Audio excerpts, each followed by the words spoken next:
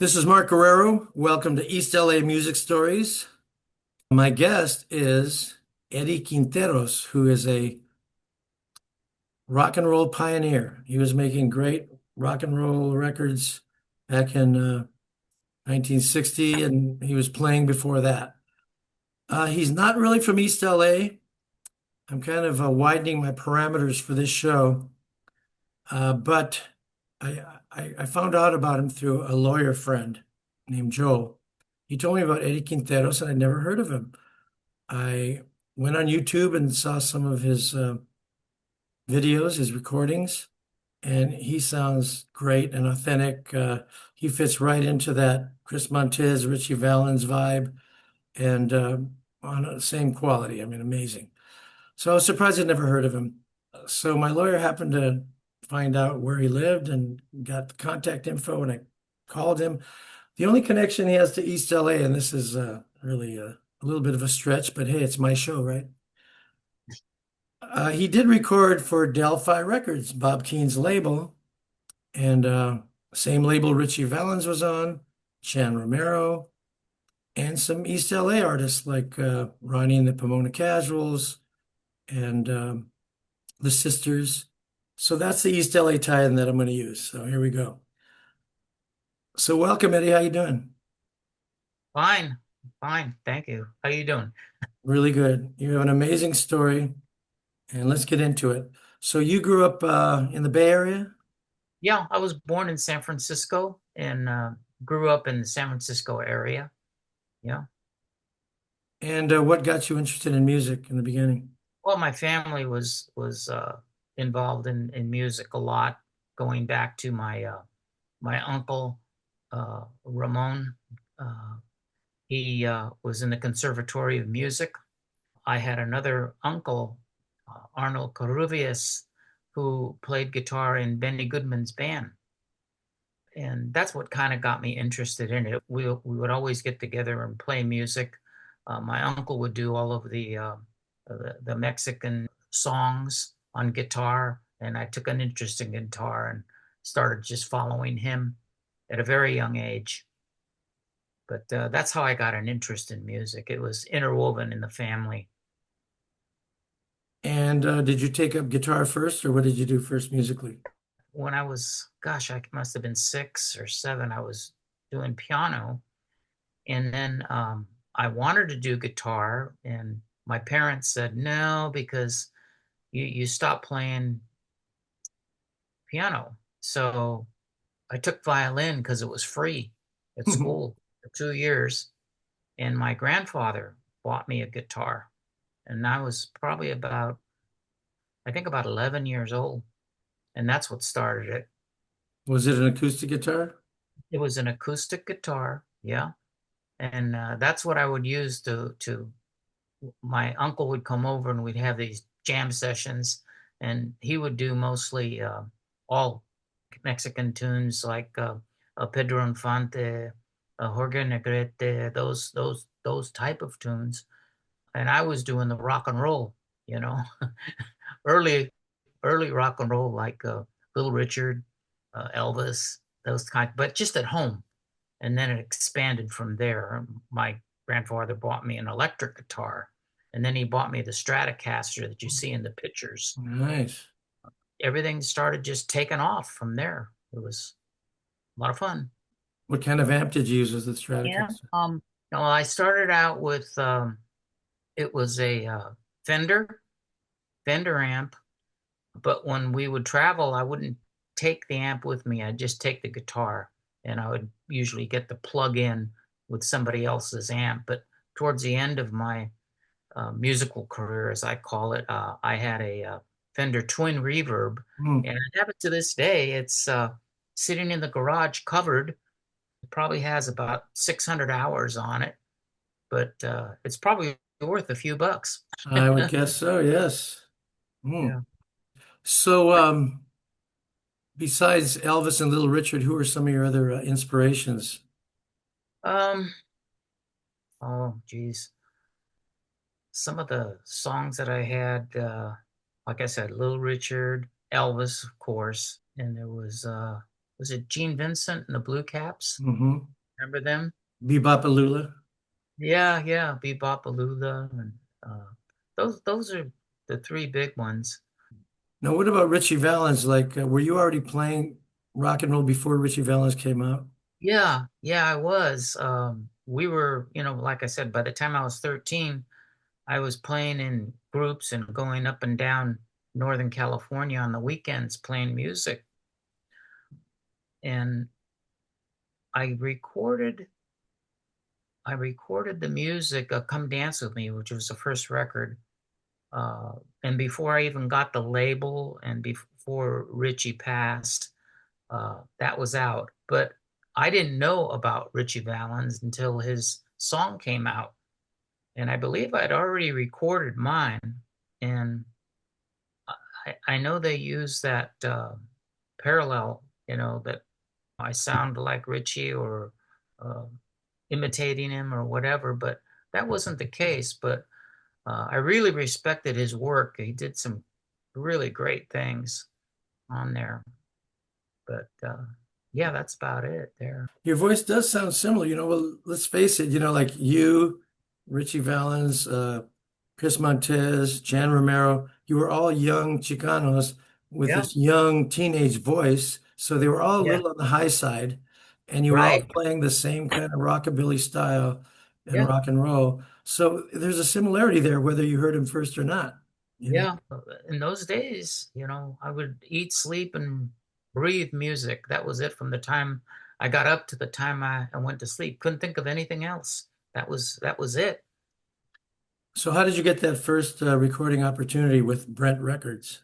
Well, I had been working, like I said, up and down California, and I met Bobby Freeman's manager at one of those shows, and he started using me to perform. You do the show, and you have the acts that come out first before the main headliner, and I would do that. And then when we went to Hawaii, he was going to Hawaii for a big show, and it was with I forget the name of the people now, but anyway, they had a band, but they needed a lead guitar player that could read music, and I was 15 at that time, and so I auditioned and got the chair to do lead guitar on Bobby songs and some of the other artists. And he gave me a chance to be featured doing a couple of songs in the show, like the acts that first come out first. And that's what started it. And from there, we recorded in LA songs, and he took that package of songs to New York. He knew Bobby Shad, and that's what got me the contract and the release of my first song. So getting back to Bobby Freeman, he was famous for those swim records, right? What was the name of Come On and Swim? Yes. Yeah. His first one was Do You Want to Dance? Do you want to dance? And he Big. was from San Francisco. And we toured a lot together because we had the same manager. So did you do some touring just as his guitarist, or were you always the opening act also? Before my record release, I was playing guitar and would get to go out and do a couple of numbers and stuff like that. But after the record came out, I got to go on as an act myself on a show. And of course, the promo of your record, you would go to different cities to promote your record. And those days, they used to do those sock hops, I used to call them, where you would end up lip syncing Hmm. record. And the DJs, of course, had at these veterans halls or wherever different places would throw these dances, and the artists that they would play their records on would show up to promote it, so they would also work the show for that particular disc jockey. But I hope I answered your question. Yeah. Well, when you toured with him, are you saying that at some point, sometimes you would open for him and then you'd be his guitarist also, or would it be one or the other? At that point, I stopped being his guitarist, although there was a couple of times on shows, and I can't remember the acts where you had a for lack of a better word, almost like an orchestra, but they didn't have a guitar in it for some reason. And they asked if I would play the parts. So I would be off on the side of the stage and I would do the guitar parts for them. But I was 17 years old then, and everybody else was older than me, with the exception of a few of the other artists, single artists during that time period, like what is it, Carl Dopkins? He had some hits. I'm just thinking right off the top of my head right now, uh, but for the most part, once a record was released, I was on my own. I do my own thing. So was Bobby Freeman also on Brent Records, or how did No, Brent Records come about? no. How did I get onto Brent Records? Uh, the manager that took an interest in me was Bobby Freeman's manager, and we did that session in LA where we cut "Come Dance with Me," "School Blues," Vivian, a couple of other things. He took that when he went back to New York with Bobby, and I guess he got together with Bobby Shad, who owned Brent Time Records, and he heard it and he liked it, and he put me under contract from there and released it. And that's what started the snowball of things, where the first time I went back east, I went on the Dick Clark show. Wow. And then I ended up doing the Dick Clark show actually four times. And one of them was they used to do the Saturday night show. Used to call it the Beach Nut Show or something, the gum. But I was on there about four times. Probably lip syncing. Yeah, you would lip sync on the TV. Yeah, that's what you would do. But I met Dick Clark the very first time, and I was kind of awestruck, being, a young 17-year-old kid, and you meet this guy that's got national recognition and everything. But he turned out to be a really nice guy, really down to earth, and really relaxed you. And from that first time I went on, then it was two more times on the daytime show, and then the Saturday night show. And Annette was on that show with Hmm. me. Was this when American Bandstand was still in Philadelphia, or were they already in LA? They were in Philadelphia, but the Saturday night show was in New York. That's where they filmed it, in New York, down there in Times Square. Now, when you were touring with Bobby Freeman, did you tour the whole country? What kind of cities did you hit? Most of the East Coast, and then when I went off by myself for that Alan Freed tour, it was an Easter tour. That was with, I'm trying to think of if it was with Bobby or not, but a lot of the times, 80% of the times, Bobby and I would be together, only because we had the same manager. So when he would book something, he would book it as a kind of like two people, or they had somebody else in the stable, he would bring them in. Back in those days, and it's probably the same today, I don't know, is a manager would have several artists under their wing, and whoever floated to the top and was successful carried the others. But that's kind of the way it worked. Now, when you did the Alan Freed tour, who were some of the other names on the bill? On there, Teddy Randazzo, if you've heard of him, he was a very famous writer, but he was singing back then. But he was on the tour. Um, Gosh, I'm trying to think of some of the other people. If I could go over to my Yeah, why don't you desk. do that and we'll continue. Oh yeah, here it is. Um, I could show this to you. Well, this is a cover of that Easter tour. Hmm. Okay. But some of the artists, oh yeah, Freddie Cannon was on there. Yes. Hmm. Teddy Randazzo. I don't know if you Hmm. want me to Yeah, look it up. sure, that's cool. Um, oh, Bobby Freeman was on that. Ah, Bobby Freeman, a group called the Fireflies, and I guess they had some hit, but I can't remember what it was. The Mystics, Mm-hmm. they had a couple of big hits. And then these two young ladies, the Singing Bells, Mm-hmm. nice. Um, and I don't know why, but I worked with, oh, Sonny Till. He was on there. It must have been another tour that I was on with the Elegants Mm-hmm. that had several big hits. But that was the Alan Creed Easter tour. What year And would you say that was? it was right around 1960, probably right around that time. And I remember riding in that bus, and it was, still cold winter, snow. And it isn't like the nice buses they have today, that the artists have today. It was, I don't know, like a Greyhound or something like that. And the heater broke a couple of times. And I remember it was freezing in there at night, just really cold. Sounds like the Ritchie Valens tour, right? They were freezing too. Yeah, yeah, yeah. Oh, before I forget, this is a picture of Dick Clark. Wow. He autographed for me. So when that first record came out on Brent Records, what happened with it? You wrote the songs. That was Come Dance With Me and Vivian.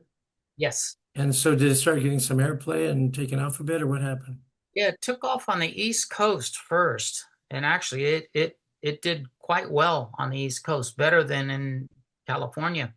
In California, I think in San Francisco, it got up to it got into the top 40, but it didn't have the success that it did on the East Coast. And that's where I did most of my work after that record came out. I actually lived back there for a year. And you were still a teenager or what? Yeah, I was 17. In fact, I remember, and I'm amazed now because I have a 13-year-old grandson, and I wouldn't let him do half the things that I got to do in those days. But it was a little different then too, because I remember getting put on the plane in Florida to go do a promo in Chicago by myself. They sent me, and he had somebody pick me up. I checked into the hotel. I met the disc jockey, they called him at that time. He was a very popular one on radio and TV in Chicago. And I did his TV show as well as his those hops that they used to have. And you would lip sync, of course, then. And then I'd hop on the plane and flew back, by myself. And this was at 17. I was 17 years old. Yeah, then. And when you were living back east, what kind of accommodations? Were you living alone or was there somebody to kind of take care of you? You're a I minor. was with my manager a lot back there, and we we lived very nicely. We were in hotels, mostly in hotels, and because of the proximity of everything's closer than it is like in California, Right. you could drive, like say from New York to Philadelphia and stuff like that. But in the winter, I remember we were doing a show in Washington, D.C., and it was snowing bad, so we took the train from Washington, D.C. to Philadelphia. And I think it was to do one of the Dick Clark shows at that time. But yeah, most of the time I was on the East Coast when that record came out and I was doing my performing. So you were based in New York City? Yeah, yeah, we were in New York City. I recall living in New Jersey for a while.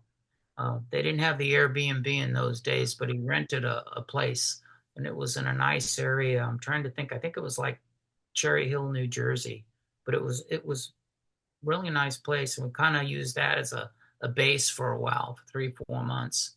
Mhm. But it was mostly hotels, living out of your suitcase and stuff. So you have your suitcase, and I'd have my guitar, and that was it. Rock and roll life, baby. Yeah, yeah. So you made some other singles for Brent Records. You made one called Please Don't Go, backed with Looking for My Baby. And Hmm. on one of those songs, I think it was Please Don't Go, you're singing a really high vocal, like falsetto or something. What's the deal on that? Yeah, we did this session, um, and he had background singers, a whole bit. And I did that song on the Dick Clark show. And my dad, when he called me, he says, "What's going on?" He says, "Your voice sounds so high, you know?" And I was upset. And I listened to it again. I says, "Yeah." So I told my manager, I says, "I want him to kill that record." I says, I'm not happy with it. Good song, and it was a good arrangement. Whose idea was it for you to sing high like that? It just came out. That's the key they Hmm. put it in, because if it they had the studio musicians, and I don't know, they put it in a key, and I just did it. So, long story short is I told them kill it, and then we were down in Miami, and we got this pickup band, and I says, tell Bobby Shad I'm going to give him a couple of songs that he could put the record out if he could kill it for me. And they weren't happy about it, but we went in, and that's when I did Slow Down Sandy and Lindy Lou. I went back to my roots. They had me take a left turn, kind of try to be more pop than rock and roll. And rock and roll was my roots. So the flip side of Please Don't Go, did you sing high on that one too or not? Uh, it's not as high as the other one. Yeah. But that was the flip side. That was a B side. It wasn't meant to be an A Right. side record. Now, in one of these songs, when I was looking on Discogs, one of your recordings at this time had an orchestra. Do you remember the name of the orchestra? Yeah, it was a session with Please Don't Go and Looking for My Baby. It was Bill Massey Yes. orchestra. In fact, he wrote all the lead sheets for the studio session. That was a serious recording. And Yeah, by the way, did you read music too on guitar or no? I did. And that's what got me the job in Hawaii, because I could read music. And in fact, uh, when we were playing and I was 13 years old, to regress a bit, uh, we got the musicians union came in to a place we were playing, and it was supposed to be a union house, they used to call it in those days. And we didn't belong to the musicians union. So we had to stop. And so I said, well, how do I join? He says, well, you have to be a certain age or you have to pass a test. And I says, fine. I said, so I went to the musicians union in San Francisco, sat down, and these, to me then, three old guys, you got to remember I was 14 years old or something like that. And these guys must have been in their 40s, but they looked like dinosaurs to me. They put a piece of music in front and I played it. And so they said, okay, you can join. See, I got away with not doing that because I didn't read guitar music, but I grew up playing clarinet. So I Uh-huh. had to read Yeah. clarinet in Yeah. school, but I Yeah. never learned on guitar. But I got in the union because I got a record deal. That's a loophole. If you had a record deal, you just got in. Yeah. Yeah. Well, what helped me is my grandfather paid for guitar lessons for me. And I had a lot of music theory in those days and learning how to read music. And the music and the guitar instructor at that time, he was really old school. He was a elderly gentleman, I think from Switzerland or something. But he would have me play these big band pieces on guitar. And he asked one day, he says, "Oh, he says, bring me a piece of music that you would like to learn." So I said, "Okay." So I brought him a piece of music, and he played it, and he says, "Yeah, okay." And it was somebody that had a hit in that day. I can't think of the guy's name now, but anyway, that's the way it started for me, reading the music and stuff like that. It's very rare. Very few early rockers or even later rockers read music on guitar. It's Yeah, especially yeah. back then, and you're that young. That's amazing. A lot of times they would come in later with a tape when we were playing, and they'd say, "This is a song I want, but it's too low or it's too high." So I would transpose the key. So if it was in, let's say, G, and it was too low, I'd bring it up a full tone to the key of A. with the chords in that tune.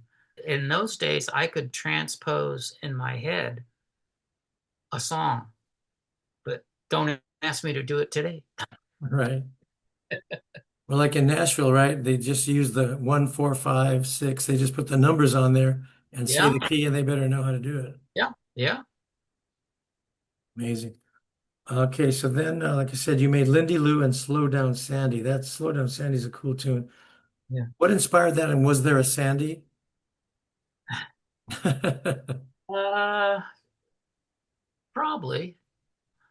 I needed a flip side though, because I didn't have a B side for that, and so I believe the night before I pulled that out of my hat, Lindy Lou, and I took the intro. If you listen to it, there's a bass intro on that. Mhm. It goes da da da da da da da like that. I pulled that from I heard an Elvis tune uh, from one of his movies, so I used that intro and then came in with the song that I wrote, and that was supposed to be a B side, but it turned out pretty good. But we did that to appease Brent Records because I asked them to kill that song. They put in, I guess, quite a bit of money recording that with the backup groups, with the orchestra, with the lead sheets. So I had this pickup band, and we went into Miami and a studio there, and we took that. It was a couple of takes. That's all. I think we were in and out of there in about an hour.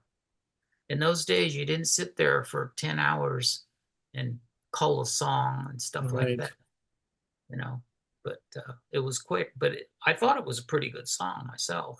Yeah, sounds great.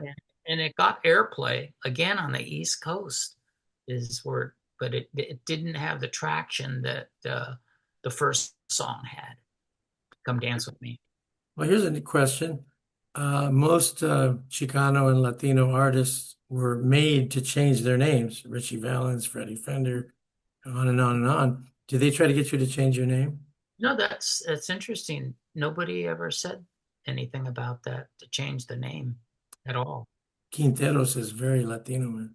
Yeah, but the thing is in Northern California and New York, they would say Quinteros, Quinteros, okay? But when I got to Southern Cal or to Texas where we played, they'd be Quinteros, okay? It's the same thing when I met my wife in 72.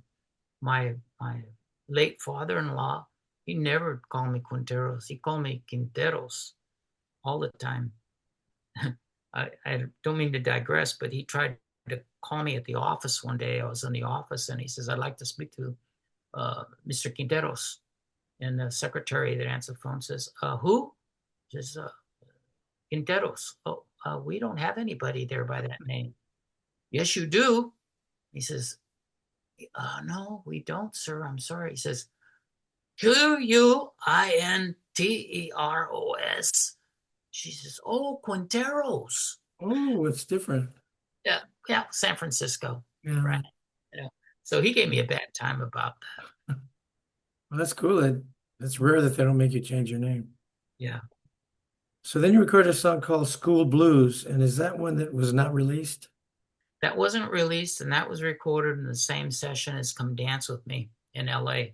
And it was never released, but I believe that was also given to Brent Records. I'm not sure, but it was never released. No. A good record too. It's good. Almost a finished product. And for that time, 1959, it fit in the type of music that was being released then. Well, the record that you didn't like that you wanted to kill, did it have any action? You get any airplay or anything go with it? Uh, it was getting airplay, I think, and then it just kind of disappeared. You were probably hoping it wasn't going to get airplay. Right, right, exactly.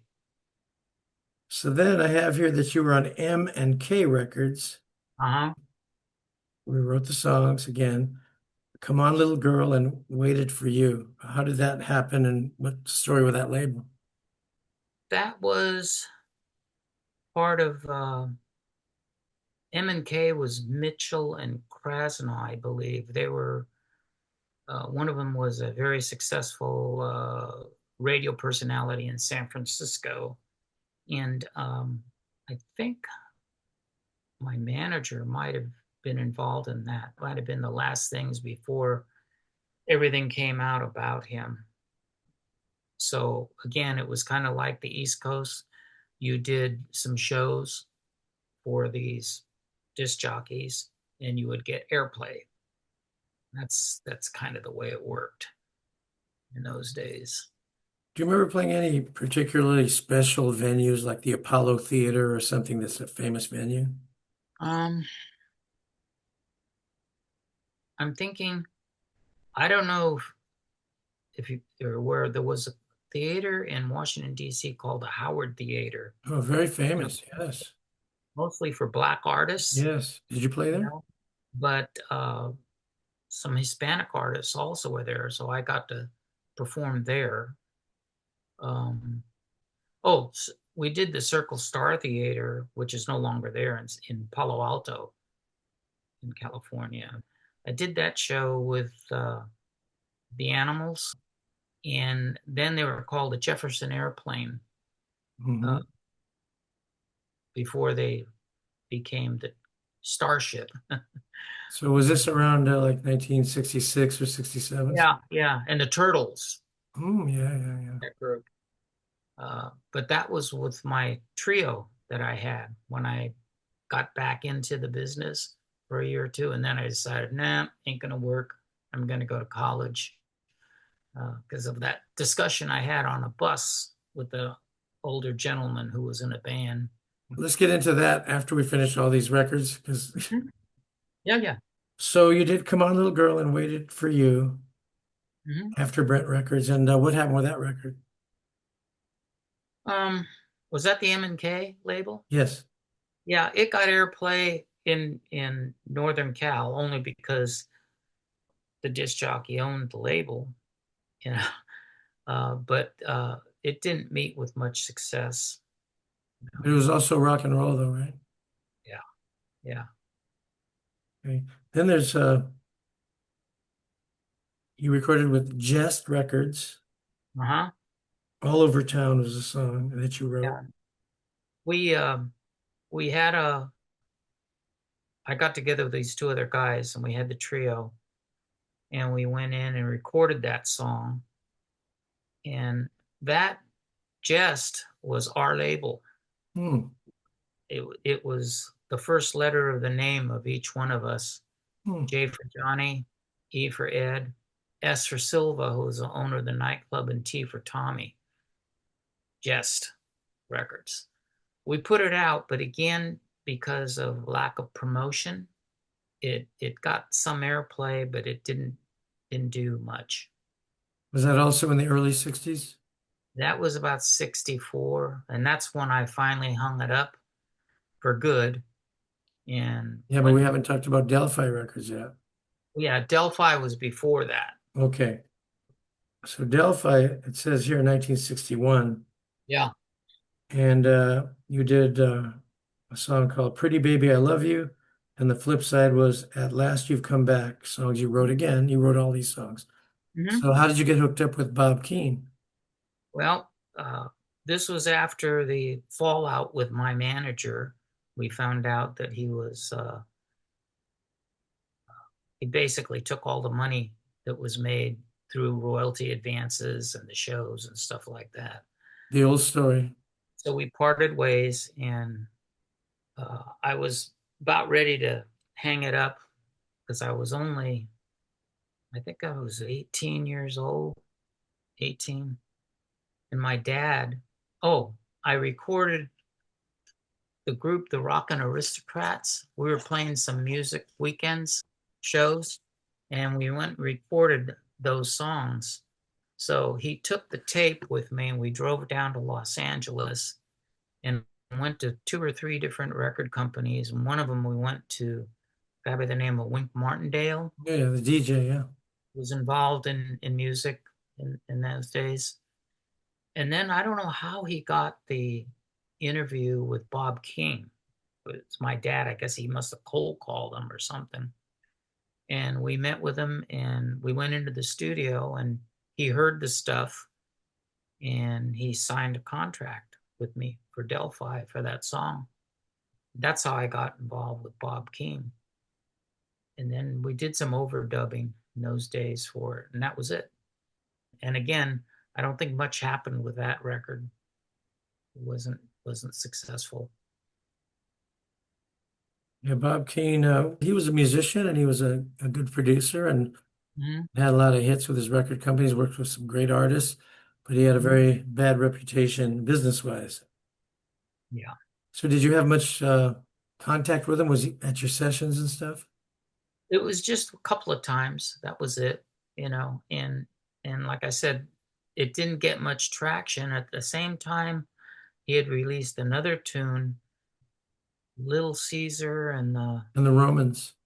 yeah, Those oldies but yeah, goodies reminds yeah, me of you. I yeah. love that record. And that came out almost same time. So you go with the flow, you know. It's Nice, yes. That's happened to me before. I was recording with Lou Adler, Ode Records, yeah, and right when I was doing my record, Carole King's Tapestry came out on the same label. It was the biggest selling record of all time, and so I yes, got swallowed up with that. yes, yes. That's the biz. So you just did the one record, and that was about it, and you moved Yeah, on. And that that's was when you decided to quit the business? yeah, yeah. Between having the the manager that and I found out later that this happened to other people too.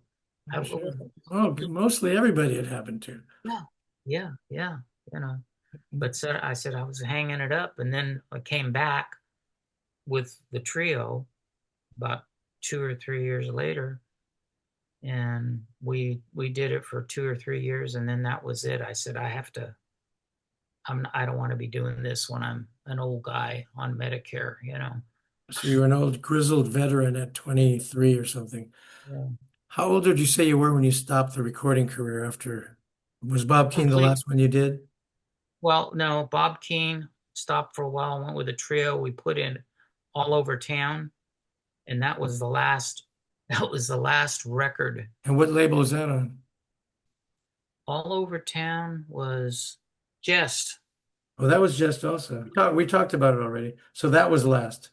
Yeah, Okay. yeah, What year would you say that is that you hung it up? Okay, got it. And yeah. what year would you say that was? 64, 65, Okay. and that was it. So how old are you when you just hung it up for music entirely after that group? 25. 25 years old. That's when I couldn't do music and go to school at the same time. There was that little story I told you about the guy in the bus that told me about Yes. music. I don't know if you want to hear it Yeah, again. sure. Yeah, well, we were on the Alan Freed tour, and I got to know the guys in the band. They were older guys in their 40s. I thought they were really ancient, right? You know, and this one guy I got to know pretty good, and he told me, he says, you know, kid, he said, kid, because I was only 17. He says, if you don't hit it really, really big, he says, you better go back to school. He says, because if you don't, you're going to be doing this like me when you're older and you'll be scratching. And that always stuck in the back of my mind. And that's why at 25, I mean, we're making good money. But I said, I don't know. I haven't seen anybody that's 40 or 50 years old playing rock and roll. That was in those Especially days. back then, yeah. Yeah, but look at now. Rolling Stones in their 80s, you Bob know, Dylan. So that's where I really hung it up. And like I said, my kids didn't even know that I was in music until just about 3 years ago, or maybe 4 or 5 years ago, when that magazine article came out in Australia, and I showed it to them, and they were shocked. Now, was there a reason you didn't tell him or it just didn't come up? Just didn't come up. Life goes on. I was really busy in school, and then from there, I got a good job, got married. We had our first child, and then the second one, and we got involved with their activities, and just life goes on. 10, 15, 20 years, 30 years. But the old bass player from my trio, he's still playing, and I would connect with him every now and then.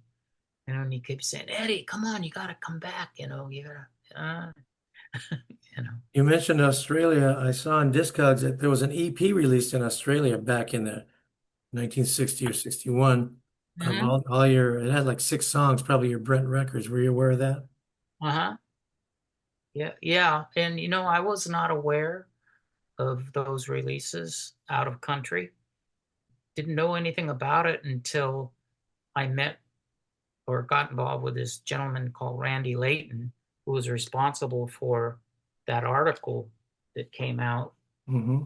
Uh, this is the article that came out. That was front page uh, back then, and it was Well, about 6 or 7 pages. And that's when my kids found out about it because I showed it to them. your wife must have known about it, right? Or did you not even tell your wife? She didn't know the detail so much. We didn't talk about it too much, but she knows. Like I said, we were busy raising family. 2 great daughters, both went to college, are successful. So I'd probably do the same thing again, Yeah, unless circumstances were different and you had a good manager, like Bobby Rydell. He had a good manager. I met him and we spent some time in Southern Cal back in '59. That's when he was first getting started, you know. But he had a good manager. right. You were mentioning that you didn't know about your out of country releases. The same thing happened to me. I made a couple of singles when I was 15 years old for GMP Crescendo Records, Uh-huh. and it came out and it made some noise. And one of the songs has been on many compilation albums and even wound up in a major movie in 2017. But I didn't know till a few years ago that there was an EP released in France with all 4 of our songs on it, and it had these people doing the twist on the front of it. I never Mm-hmm. knew that at all. Nobody told me.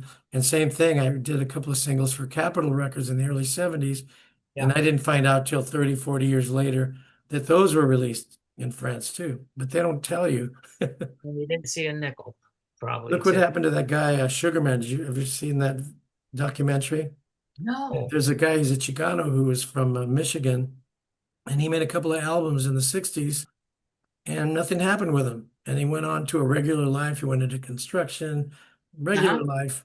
Mm-hmm. When he was old, he found out that he was a big star in South Africa. He was major. He was selling as much as the Doors and everybody else. And Nice. so they brought him back to South Africa. He was already in his 70s and he sold out an arena. Mm-hmm. And he had a whole new career in his 70s because these people in South Africa were looking for him. Whatever happened to this guy? He was a big Yeah. star. But the Yeah. company didn't even tell him that he was selling big over there because they probably didn't want to give him the money, I guess, or whatever. Probably, Yeah. probably. It's like, and also in Germany, my stuff was doing well in Germany. There was 2 disc jockeys that came over to my house here that wanted to interview me about it was 10 years ago, 11 years ago. And I was real busy that day. And I says, well, can we meet back at 3 o'clock? And they said, sure. But I went to lunch that day. And when I came out, that's when I got hit by a car. Oh, geez. I was in the hospital for a couple of months, you know, and so they didn't get the interview. Oh, I should mention the guy, Sugarman, Yeah. that became a star late in life. Name was Rodriguez. He went by the name Rodriguez, just the one Yeah. name. Yeah. Yeah, he was a Chicano from somewhere in Michigan. I forgot what city. Uh-huh. Uh-huh. During that time, though, how their names were changed. Oh, I just just about found every. this out last year. I was listening to and looking at the story of Sam the Sham and the Pharaohs, Sam and they're Samudio. Hispanic, but they didn't want to use the name. They were Chicanos. Sam Samudio, and also question mark and the Mysterians were Chicanos from Saginaw, Michigan. Yeah. Yeah. Interesting. Very interesting. Yeah, but nobody knew. But all you have to do is look at them. They were very brown, Yeah. especially the Mysterians. Yeah, That's yeah. anyway, let's see. So then, after many, many, many, many years, just a couple of years ago, you got a phone call, which led to a compilation album. Tell me all about that. Yeah, I got a phone call. My wife and I were out in our motorhome, and I got a call on the cell phone. And he introduced himself, Randy Layton, uh, the drummer that used to be in my group, John Gentile, went to Oregon after broadcasting school, same time I was in college, and became a very successful radio personality in Eugene, Oregon, under the name of Jay Vincent. Mhm. And he met Randy, and I guess one day they were talking, and he had some of these records and gave it to him, and he looked and he says, "Hey, man, you know," he says, "Oh, Eddie Quinteros." He says, "You know him?" "Yeah." He says, "We played together." And unfortunately, he had a heart attack and passed, Johnny. Um, but Randy called me and introduced himself and told me this whole story, and I didn't know that that John had become a big radio personality in Oregon. And so we talked for about almost an hour and talked about music and and the same things that we're talking about right now. And he said, "Well, can I call you back?" He says, "I'd like to follow up on more of this stuff." And I said, "Sure." So the next call I get was, I got a call from somebody that wants to talk with you, and I forget the name, but he had this magazine in Australia, and they wanted to do an interview on me. And I go, I'm not really interested. And he says, "Well," he says, what if I ask you the questions, you know, and I give it to them?" I says, "Fine." So that's what happened. And what came out of it, and I was shocked. I thought it was going to be like a little 2 paragraph thing or something like that. Came out with a full article on here. Okay. Uh, and that was because of Randy. And then he was bugging me about, the songs. He says, and I had mentioned one day, I said, "Yeah, I got some tapes in the shed." He says, "You do?" He says, "Hey, can you send them to me?" He says, "Maybe I can restore and get some information." Yeah, okay. So months go by and he called me, "Ed, where are those tapes?" I says, "Oh, I got to move everything out of the shed. They're in the back in a foot locker, but I'll get them to you." So anyway, I finally, one day I says, "I better get these to Randy. He's been giving me a bad time." By then we got to be pretty good friends over the phone. And I met him. I went up there and saw him and everything. So I dug him out and I called him. I says, "Hey, Randy, guess what?" I said, "What?" "I'm FedExing you some tapes." "Oh, wow." He says, "This is great." So a couple of weeks later, he calls me. Oh, he sent me some stuff over the computer, some couple of songs. "Do you know this? Do you know that?" "Yeah, yeah, yeah." And so he pulled all those songs off there. And then the next thing I know is I'm getting this call from Jay Miller from Sundazed Records via Randy. And I guess the three of us connected, and Randy worked and remastered a lot of the songs, sent them to them, and was doing the bio. And he had cancer. And unfortunately, he passed away just before the project was completed. So I think his name was Jim Allen. He did a lot of the liner notes for that company. Called me and we finished it up that way. And it was released. uh, I said, "Can I get a couple of copies?" "Yeah." I signed a contract with them, but this time I looked at it and I had a little more knowledge than I did when I was 17 years old. So we had some edits, 2 or 3 different edits on it, and then I signed it.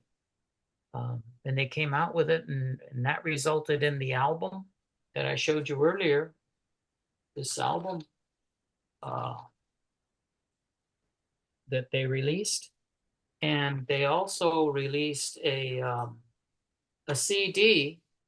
The CD has a couple more songs that aren't on the album.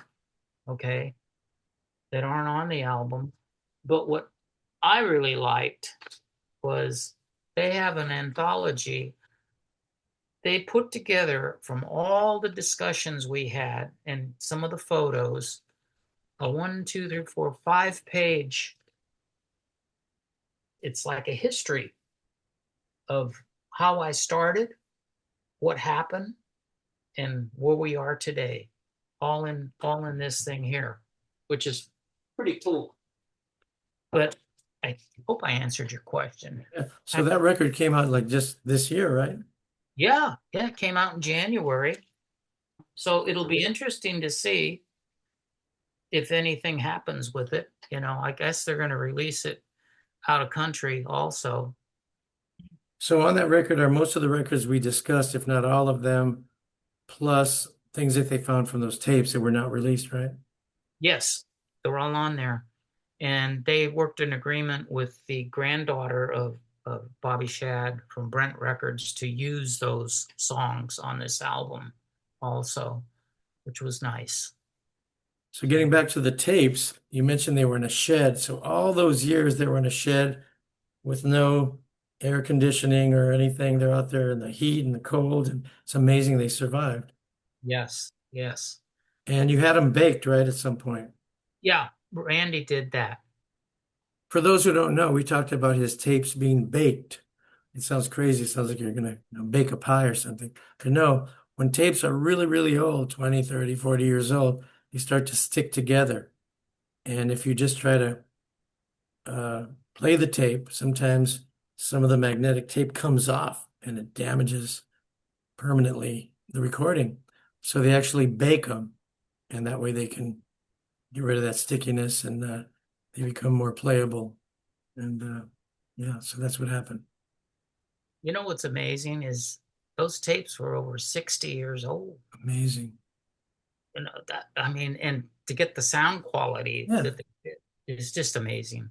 People are advised to keep them in a nice climate controlled closet, and then you had it in a shed. It gets to be like 110 Yeah, once that's a crazy. year. Yeah, let me ask you, when you recorded with Bob Keane, do you remember the studio you recorded in? Was it Gold Star by any chance? I can't remember if it was his own studio. I really don't know. I don't think it was Gold Star. You've heard of Gold Star? Mhm. Have you heard of Gold Star?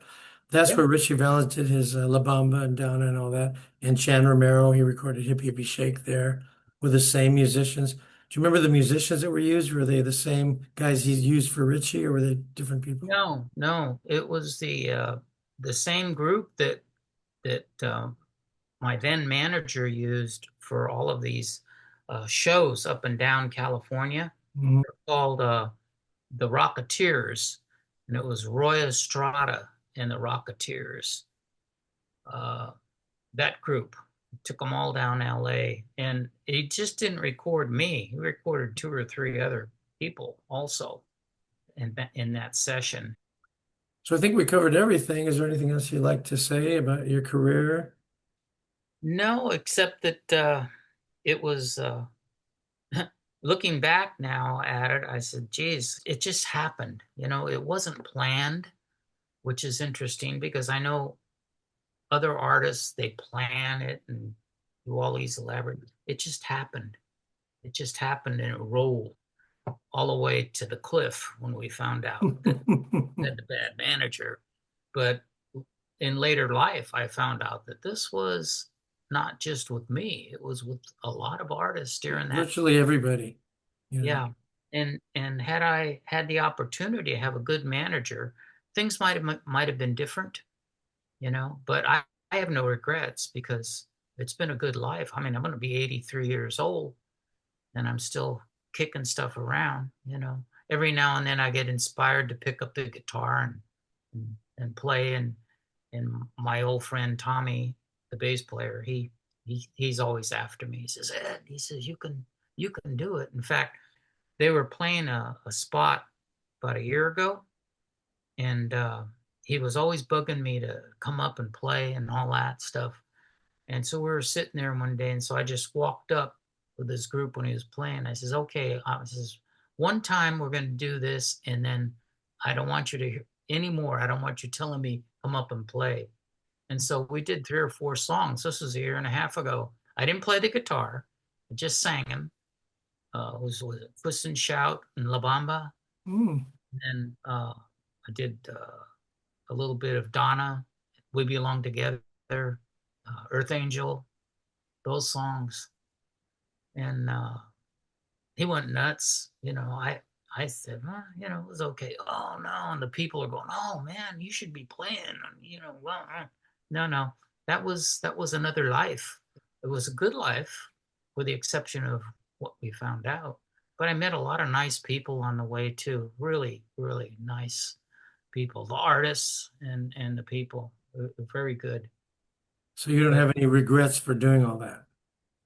no, no, it's just the only and I wouldn't call it a regret, is I wish I knew then what I know now, because I'm sure the outcome would have been a lot different, Well, you that's know. the problem. All these young rockers, all of us, when you're 18 or 19, somebody says, "You want to make a record?" Yeah. You don't Yeah, even get a lawyer. You just sign the contract. You don't know anything. You're just thrilled to do it. yeah, absolutely. And when you go to play, it's not working. You're having a good time. It's fun. It's a lot of fun. And A everything else that goes with it too. It, lot of uh, fringe benefits. yeah, I know. I love it. but I thank you for contacting me. It just brings us all back to the surface again of what a wonderful life I had and still do these days. I mean, but anyway, but that's about it. You deserve to be brought back up to the surface. Like I said, you're an authentic rock and roll pioneer, a lot of talent. And I'm so glad that I got to meet you. And it's been a pleasure. Thank you, Mark. Thank you very much. Maybe someday we'll meet if I'm in your area, or if Yeah, you're down here. we'll do lunch or something, huh? There you go. Okay, Okay, sounds good. man. Pleasure. And I'll talk to you soon. Thank you. Thank you. Bye bye.